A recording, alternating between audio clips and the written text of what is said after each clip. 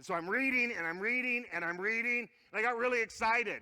And so I started writing notes. I was like, I'm preaching this week. So come next week. I don't even know if the sun standing still is a big draw in 29 Palms. We're like, maybe make the sun go away. That's the miracle we're waiting for, is the sun to stop. How do you get the sun not to rise? That's our plan. But anyway, that's next week. You just go to the book of Joshua and about chapters 11 to 22.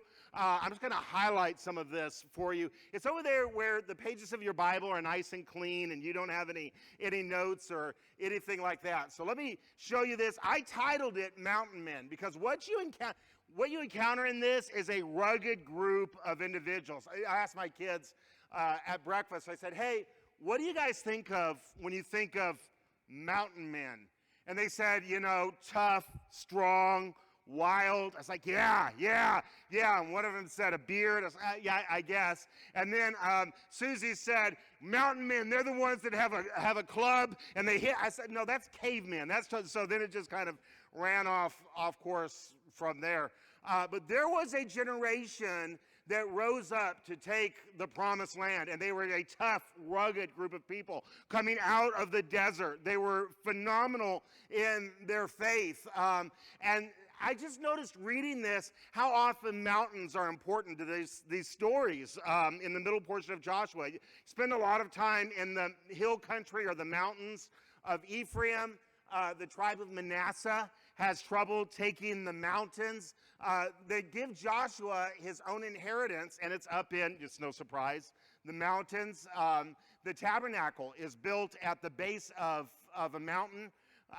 In fact, there's an old guy we encounter named Caleb who says, what I want, if I could have anything, is I just want the mountains. To me, this is a picture of rugged Christianity. These are the people that we descend from, that we do not descend from weak people. We descend from people who rose up and took the land. So let me do this. Let me just show you, what do we got here? About 4 or 5 pictures of what mountain men and women look like. Write this down. Number 1, mountain men in the Bible, these mountain men in particular, fight with faith. Now, the reason I say they fight with faith is because they're not warriors, and they fight war after war after war. And you go, oh, these kinds of men, these kinds of people, they fight with warfare, they fight with swords.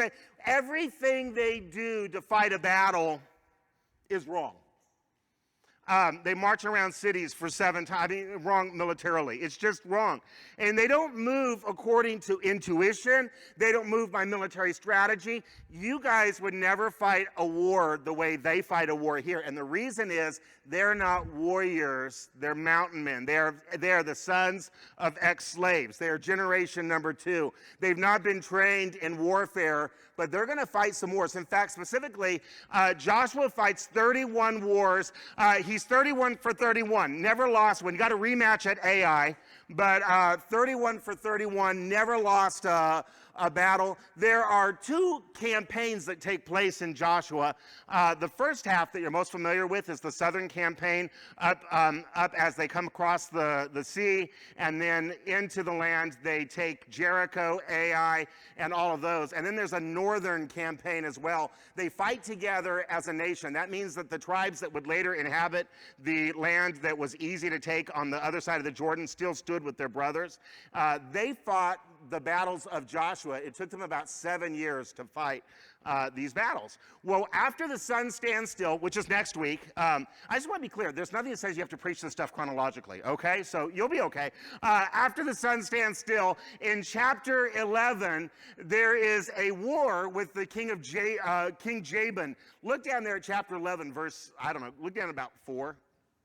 This guy is the king of Hazor. You're like, we just say this stuff like, yeah, Hazor, of course, Hazor. Where's Hazor? I don't know. It's over there near Galilee is where Jesus spent a lot of time in this area.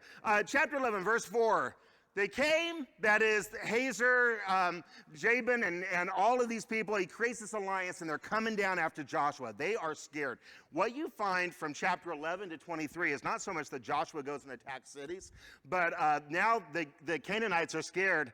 They saw what happened at Jericho. They saw what happened all over the place, and now they're attacking him. And so these alliances are created. And so Jabin, it says they came with all their troops. In fact, it says they were a great horde. You know what a horde is? Ever get a horde of rats in the desert? You're like, oh, now you're talking. In fact, it says they're like the sand of the seashore. Got some sand out there? No, it just says there's a lot.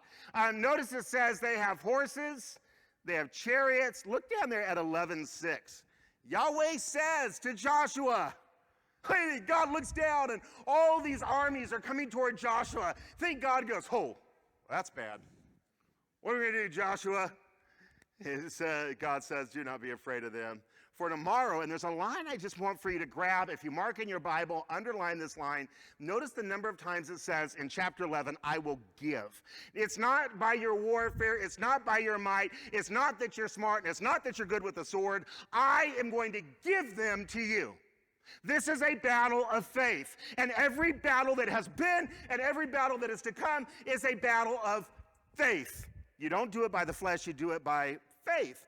Do not be afraid of them, for tomorrow at this time I will give them to you. In fact, he says they're going to be slain. I'll give them to all Israel. And then he gives a strange command because it's a faith battle. He says, you shall hamstring their horses. That is, you're going to cut them so that they're crippled. You're going to cripple their horses and burn their chariots with fire. Why is that weird? Typically, if you're an army that has no chariots, you steal the other side's chariots. If you're an army that has no horses, you steal the other side's horses. God says, hey, you don't need their tanks. You don't need their howitzers. You don't need their stuff. You don't need their equipment. I'm your equipment. I'm your howitzer. I'm your chariot. I'm your battle equipment. You don't need to steal what the enemy has, because what the enemy has is nothing compared to me.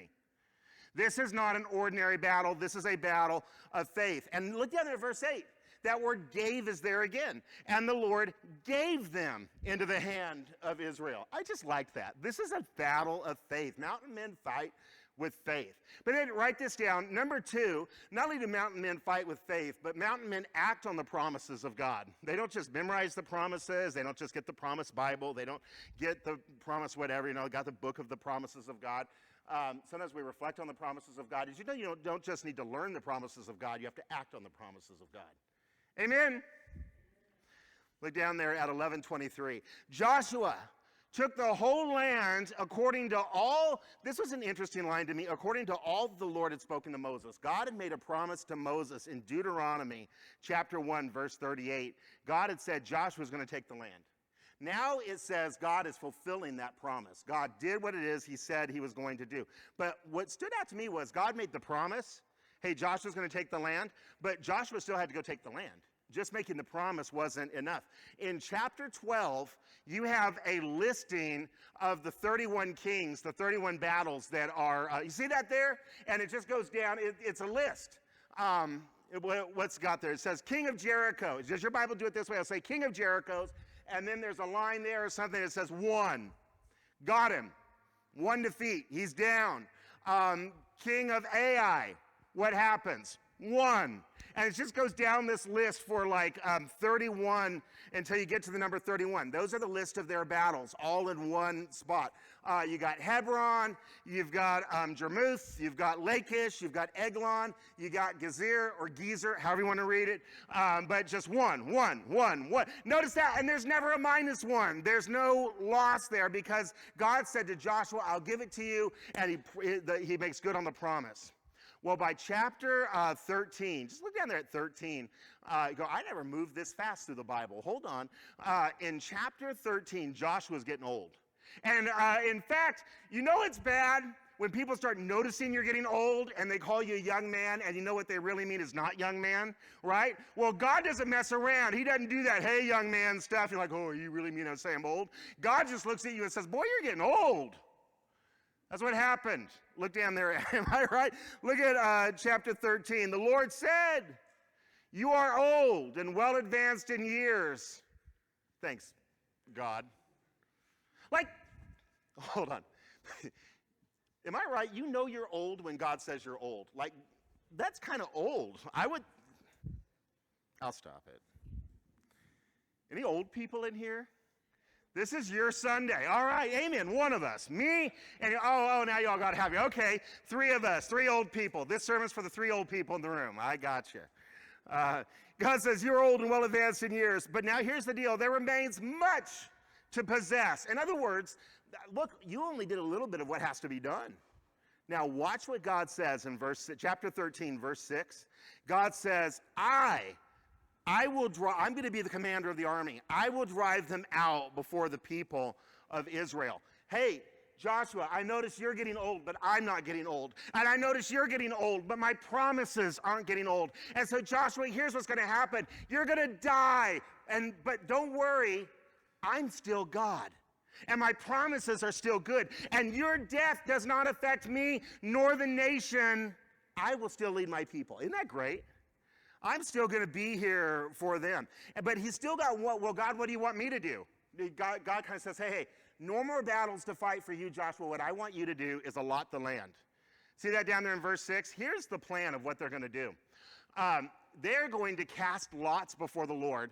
And once they cast, this is actually a more spiritual thing than this is not like going to Vegas, okay? But you don't just, the tribes don't just go out and say, ooh, we like that land over there, we'll take it. Another, well, we'll take that over there with the trees. Well, we'll take that out there in the desert. We'll take that over there and 29 palms. We were hoping for 29 palms. It's not like they don't go to their monitor and get assignments, okay? What happens here is they cast lots for the land. And now, the land they get will be their tribal inheritance forever. The land is theirs forever. But the problem is, people live on the land. And so they now have to have faith in God to go take their tribal inheritance, drive out the Canaanites. And the promise of God is this. As I was with Joshua, you were there with Joshua when the sea stopped and we marched across. You were there with Joshua when we came to Jericho and the walls fell down. You were there with Joshua when the sun stood still. Next week. You were there when all these miracles happened with Joshua. Now God is saying this to them. I'm still God. I'm still God and I'm still doing my thing. And so you just trust me and there's more miracles to come. But they're not through Joshua. They're supposed to be through the tribes. In fact, the word down there from chapter 13 to chapter 21, the word inheritance is used over 50 times. This is your inheritance. The land belongs to you. Inheritance means this. The land is God's. He will give it to them, but they are like, you guys know what sharecroppers are? They're like sharecroppers. Sharecroppers work the land, but they don't own the land. You will inherit the land, but you don't own the land. You pay rent to God. Well, what's our rent? It's obedience to the Torah. So long as you are obedient to the word of God, God will allow you to live on the land. The moment you are disobedient, I will send in the Babylonians and the Assyrians and everybody else, and just as I drove Canaanites out before you, I will drive you out before them. Your gift back to me is your obedience. When you read that middle portion of Joshua, just be pastoral at this moment. You get to that middle portion of Joshua and it says, no, this land here was attributed to Judah, and then this here was given to Gad, and you can kind of start going, why am I reading this? Why am I reading this? Can I tell you why this is cool? Say yes, because I'm going to. This is neat because this is God fulfilling his promise in detail. God had promised that very land all the way back in Genesis to Abraham. Now the book of Joshua goes chapter after chapter after chapter after chapter, detailing how God fulfilled that promise. It's just God saying, and God was faithful, and God was faithful, and God was faithful, and God was faithful, and God was faithful, and God was faithful. Genesis chapter 12, verse 7, God said, to your offspring I will give this land. That's what he did for chapter after chapter after chapter.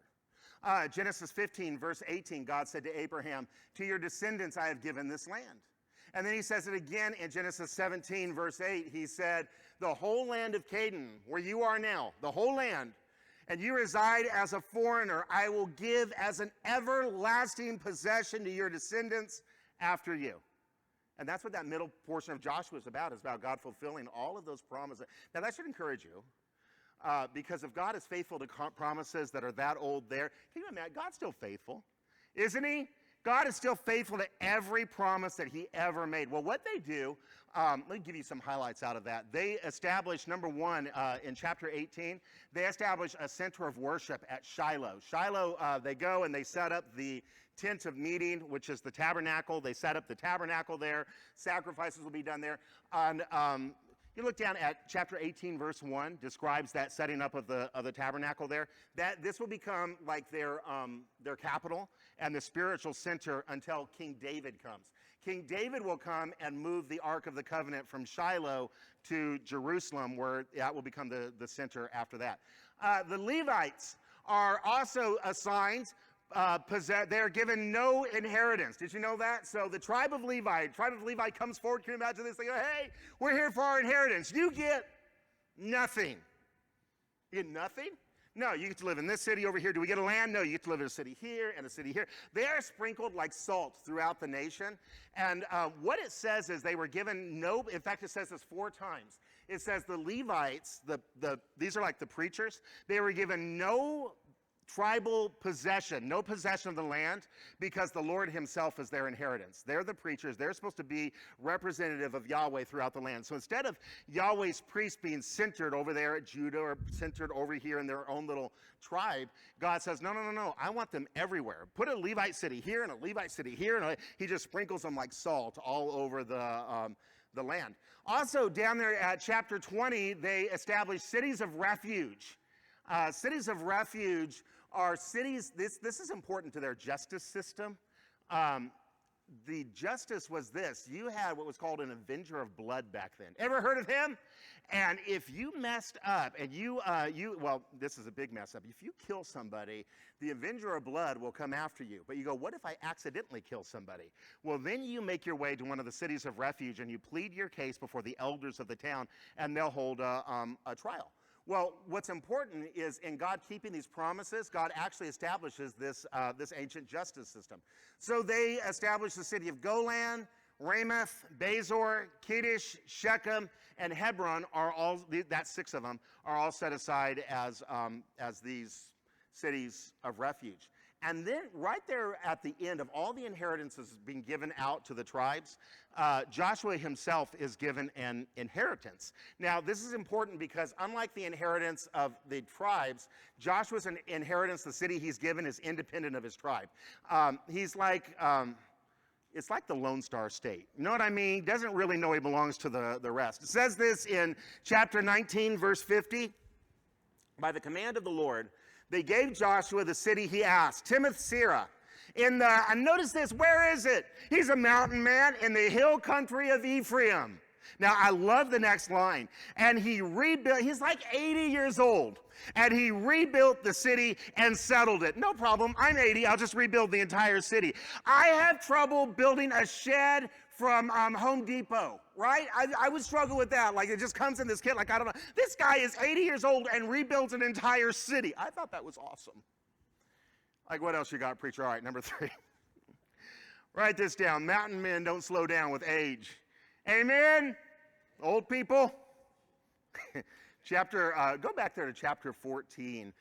We are introduced to an old man. He's 85 years old. His name is Caleb. Moses sent in 12 spies in Numbers chapter 13. 12 spies went in. 10 came back and said, we can't take the land, and God would kill them all by plague. 2 came back and said, we can take that land. It doesn't matter what they say. Those 2 were Joshua and Caleb. They're still alive to this day. Now Caleb, he's a little older than Joshua, comes in like this he doesn't. He comes in to Joshua. Now, you picture him like that because he's 85 years old, right? But look at the text. He comes in like this. He is still strong. I'll just read you the text. Look down at Joshua 14, verse 8. He says, I wholly followed Yahweh, my God. He's talking to Joshua. Moses swore on that day, the day we stood in the assembly and we said, we can take it. Moses made a promise to me. Moses swore on that day, surely the land which your foot has trodden shall be an inheritance for you and your children forever. Now, old man looks at another old man. He says, now I want what's mine. Now, behold, the Lord has kept me alive just as he said these 45 years. Joshua, 45 years ago, we stood in the assembly of the righteous and we said, let's follow God, and they wanted to stone us, but we're still alive and they're all dead. This is a great day. In fact, verse 11, he says, I'm just as strong as I was 45 years ago. This is like the miracle that God did in Moses' life. Remember, it says at the end of Deuteronomy, Moses' strength was not abated nor his eyes weakened. It's just that God kept him strong. Same miracle for Caleb. Caleb says, I'm old, I'm 85, but I'm not on oxygen, I don't need anything, I'm still strong. That's the miracle of God. He says, I'm just as strong as the day God sent. By the way, 3 times in his speech, he says, I followed the Lord wholeheartedly. I put my whole heart. What was God's reward to him? Strength. He says, I followed the Lord, and the Lord made him strong to serve him. Now is Caleb's moment.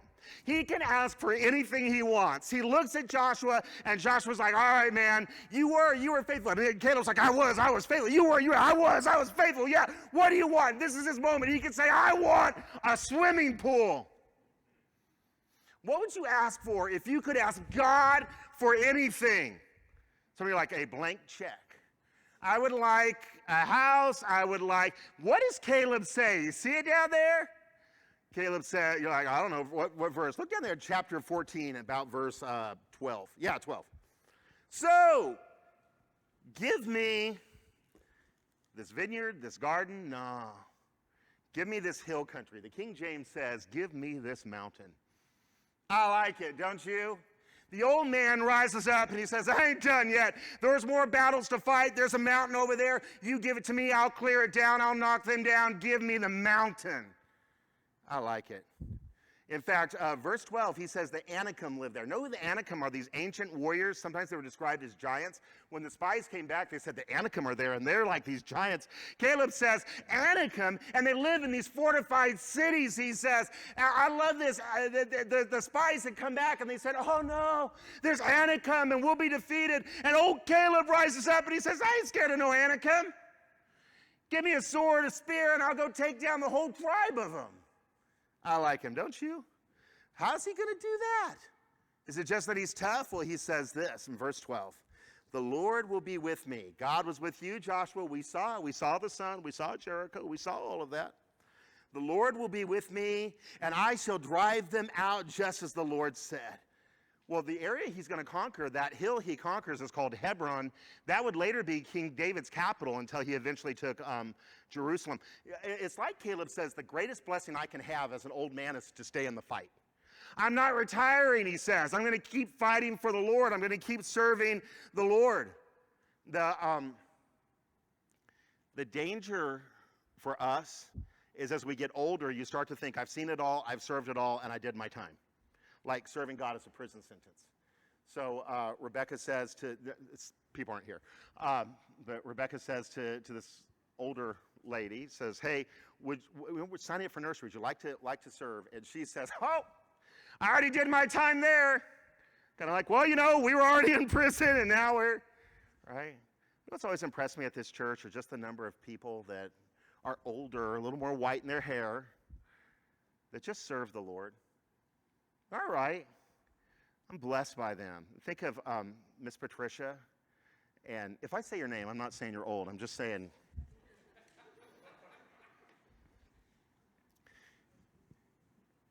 You know, Miss Patricia, all those years doing children's church, I'm blessed by her. I thought about, where's Miss Petra? I thought about Miss Petra, young Miss Petra right there. Came to this church and said, I want to start a helping hands ministry where I just gather the people who have gifts and line them up with the people who have needs. And she built this phenomenal ministry. I've got a dad, you all have a dad, but I've got a dad who lives in Hemet and drives 80 miles every Sunday just to each way, just to come to church, just to be part of his church family.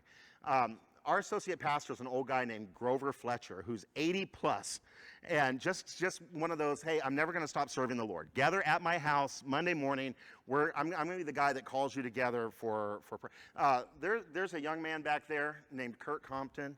Got to this church 20 years ago, and we were just serving God. We tore out a baptistry over there. We built another baptistry, by the way. But I was just thinking, Kurt, about all the times we were together just serving the Lord. There's old guy out there that greets you at the door named Curtis, and every now and then he gets up here and he sings. He's got this heart that just says, I'm just going to serve the Lord. Am I right? I'm just blessed by these guys. There's a lady named Pam, wrestler, and she runs our baptism ministry. And over there with Miss Eva, they run a baptism ministry that's phenomenal. This is what they say. They say it's the best ministry in the church, a baptism ministry, because you just meet all these people that just got. Isn't that great? These are, if you will, we're surrounded by Calebs that look up and say, I'm not going to quit. I'm just going to keep serving the Lord. Well, let me give you a fourth thing about mountain men, and it's this. Mountain men, I like this, are impatient with whining. Am I right? Ever see, anyway. Impatient with whining. The people of Manasseh. This is chapter, I flipped over to chapter 17, verse 12. Talks about Manasseh. Watch this. This is almost comical. The people of Manasseh could not take possession of their cities because they don't have any faith. So they're just trying to do it in the flesh. Here's what's funny. Manasseh is this huge tribe of warriors. But the huge tribe of warriors can't do it in the flesh, so they keep getting whooped. The Canaanites persisted in dwelling in the land. So they go to Joshua. This is funny. Chapter 17, the tribe of Manasseh goes to Joshua. They say, we don't have enough land. I put the map up there to show you. Got a little bit of Gad and a little bit of Reuben, a little bit of Judah, a little bit of Ephraim, a little bit of Dan. And Manasseh is like, am I right? With the Jordan River cutting down the middle, they're on both sides of the Jordan. They go to Joshua and they say, it's just too hard. We need more land. And Joshua goes, stop it. Stop. You do not need more land. You got the biggest inheritance. You're the biggest whiners of the bunch. And they say, no. We're fighting people who have chariots. And Joshua goes, well, okay, if you're scared of them, go up to the hill country, clear the forest, and live up there. They go, we're too big. And Joshua doesn't buy any of it. Joshua, I just love the way, when I read this, I just loved the way Joshua didn't put up with any of the whining. Isn't it great? He said, look, do two things. Number one, go kill the Canaanites like you're supposed to. The Lord will go with you. The Lord will do it. And number two, go clear the hill country. You got plenty of land. Number 5. You're like, was there a spiritual application of that? No, don't whine. Hey, be nice to me. I'm preaching the middle portion of Joshua. Number 5. Let me make a note here about mountain women. Out of that tribe of whiners, there's 5 women that are phenomenal. They come out of the tribe of Joseph. Write this down. Mountain women don't want anything. I'll get this out. Mountain women don't want to miss anything God has for them. They don't want to miss anything God has for them. There are 5 women that come forward and they say, hey.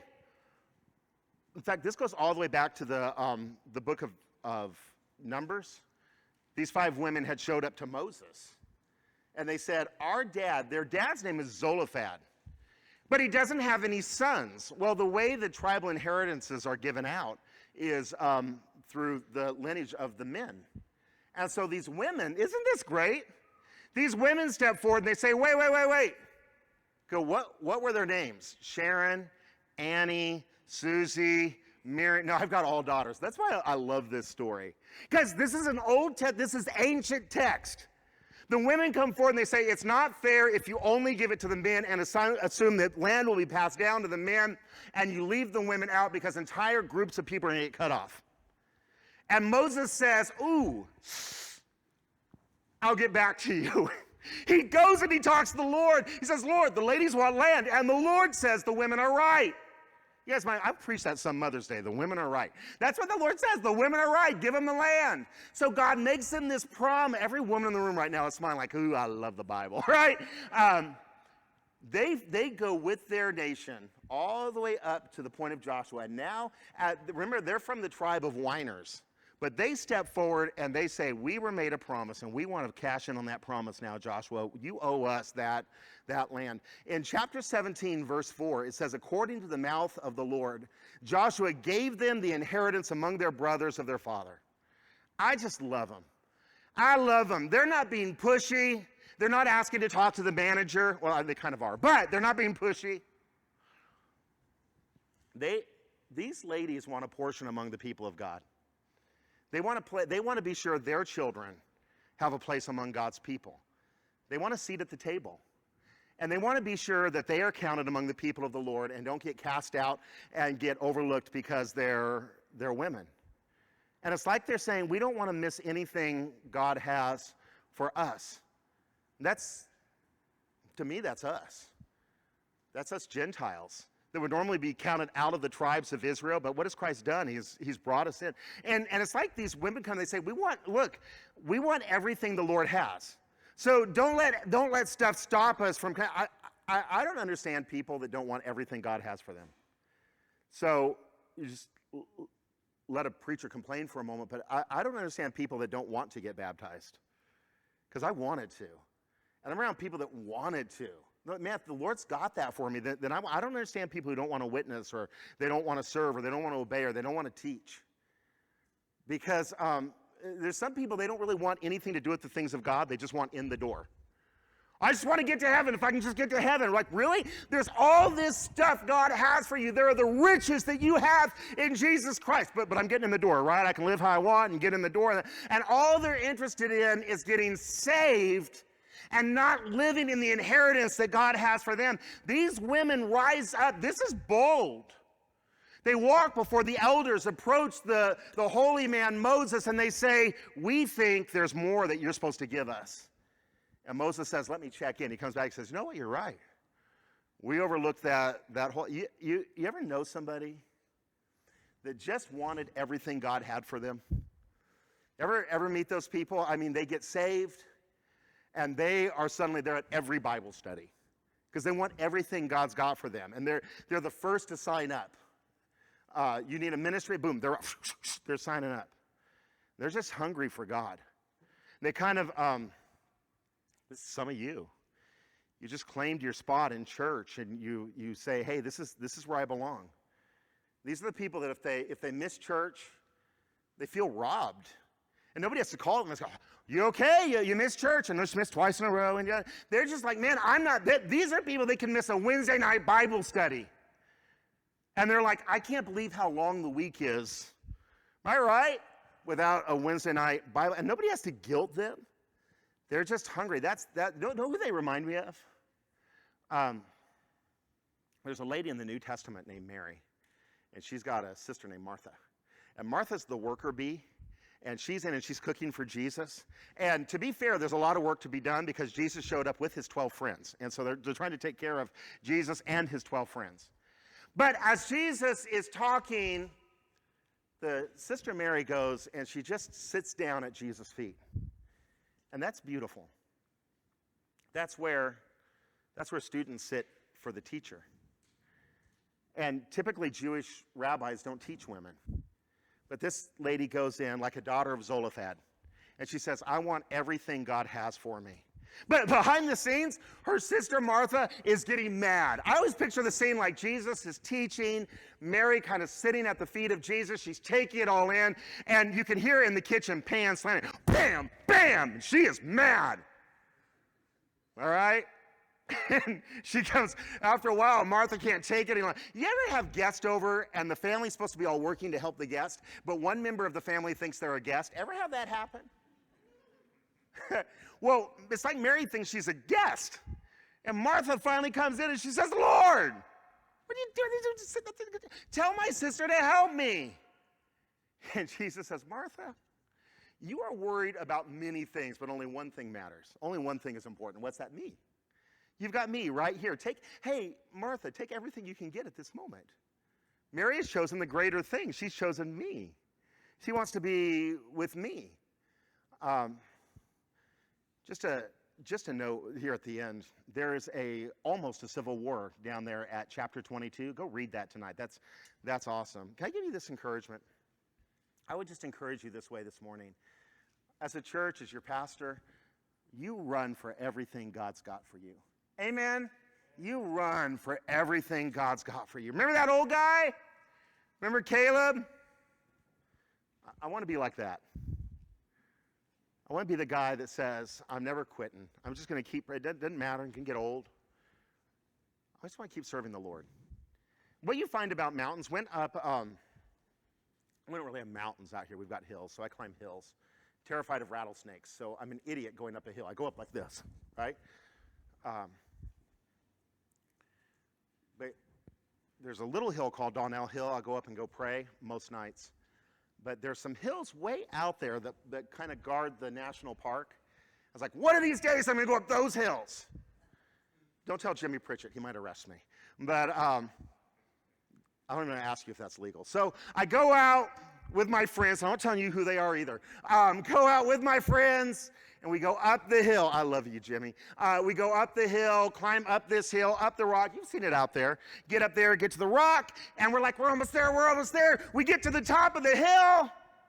But those things are an optical illusion. It looks like there's one set of hills that go like this. So if you get to the top, you're at the top of the hill. You get to the top of the hill, and what there is there's a taller hill behind it with a valley in between. So we're like, well, I'll tell you what. I want to get to the taller hill. So we go down the backside of the hill, past all kinds of fire camps and dead bodies and stuff like that. And then we go up that bigger hill on the backside. But when you get to the top of that hill, does anybody want to guess what's at the top of that hill? On the other side of that hill is a taller hill.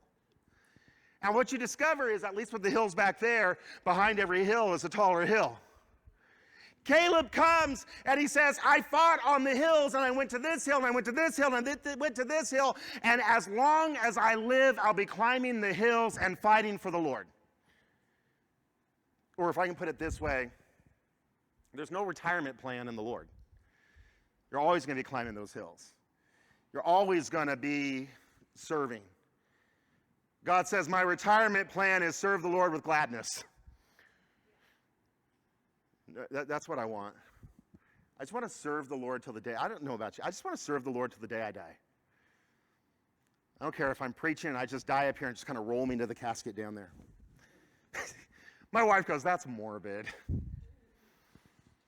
But I want to be the guy that's serving God and get gray hair. It's already got. And then your hair falls out and you're bald. And people go, who's that old guy serving the Lord? I want that to be me. I want to be the old guy serving the Lord.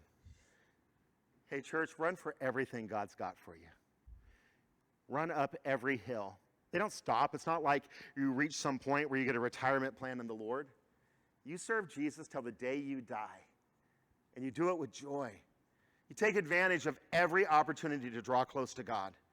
If your church has a Bible study, you go, I'm so glad to be in a church that has a Bible study. I was talking to Ryan, and Ryan's our discipleship director. We're like, what are we going to do when Awana starts? Because I usually do a Bible study on Wednesday night. You do a Bible study on Tuesday night. And we actually had the discussion, is that too many Bible studies? Will they come to all those Bible studies? And I thought, are we crazy? We should be offering people as much as we can in the Lord. So there's one of you will be at my Bible study. You serve God as long as you can. You go for everything God's got for you. You know his forgiveness. You walk in intimacy toward him. You spend as much time as you can talking with him. Amen. Thank you for listening to the sermon. For further information or to get in contact with our church's ministries, please visit us at palmsbaptistchurch.com.